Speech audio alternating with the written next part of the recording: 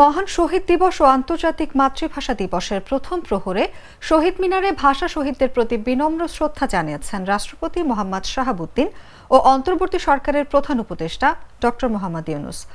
রীতি অনুযায়ী ২১শে ফেব্রুয়ারি রাত ১২টা ১ মিনিটে প্রথমে রাষ্ট্রপতি এবং পরে প্রধান উপদেষ্টা কেন্দ্রীয় শহীদ মিনারে পুষ্পস্তবক অর্পণ করেন। এর মধ্য দিয়ে ২১-এর কর্মসূচি শুরু হয়।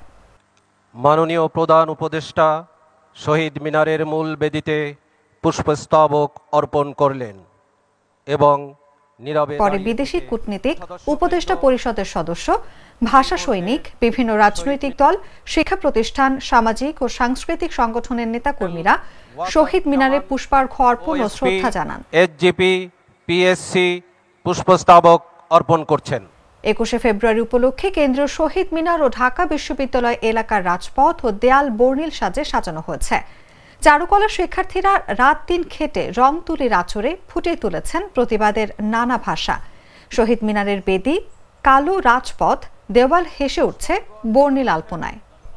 ঢাকা বিশ্ববিদ্যালয়ের সিনেট ও সিন্ডিকেটের সম্মানিত সদস্যবৃন্দ, নেতৃত্বে রয়েছেন ঢাকা বিশ্ববিদ্যালয় সিনেট ও সিন্ডিকেটের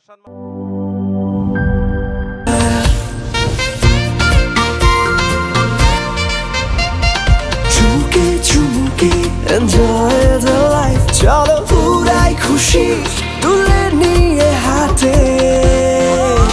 Cheer up, oh oh, cheer up, oh oh, cheer up, oh oh, cheer up. চিল হবে রিফ্রেশিং মুডে। চিয়ার আপ, চলো উড়াই খুশি।